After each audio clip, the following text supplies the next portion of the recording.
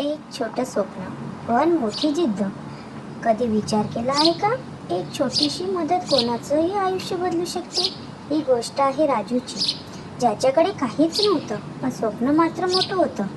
राजूनं फक्त स्वतःसाठी नाही तर आपल्या आईसाठी स्वप्न पाहिलं आणि एक दिवस त्या स्वप्नानं त्याचं वर्तमानही बदललं आणि भविष्यही. चला तर मग या राजूची गोष्ट ऐकूया.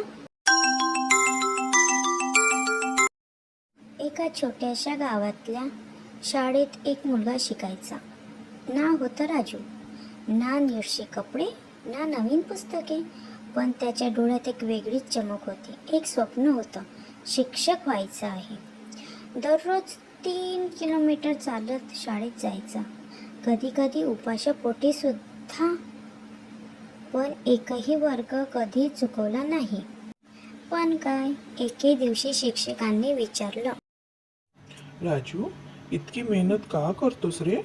राजू हसत म्हणाला, सर, माझ्या आईवडिलांकडे पैसे नाही, पण जर मी शिकून मोठा झालो तर माझ्या आईला शेतात राबावं लागणार नाही. हे ऐकून शिक्षकांच्या डोळ्यात अश्रू आले. त्या दिवसानंतर त्या शिक्षकांनी राजूच्या पुस्तकाची आणि शाळेच्या फीची जबाबदारी घेतली.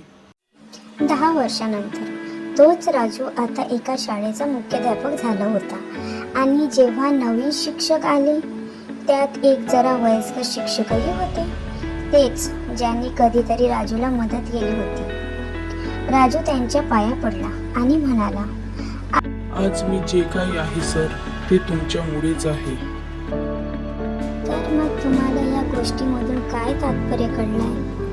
कधीही कुणाची मदत लहान समजू नका. कधी कधी आपली एक छोटीशी मदत कुणाचं संपूर्ण आयुष्य बदलू शकते.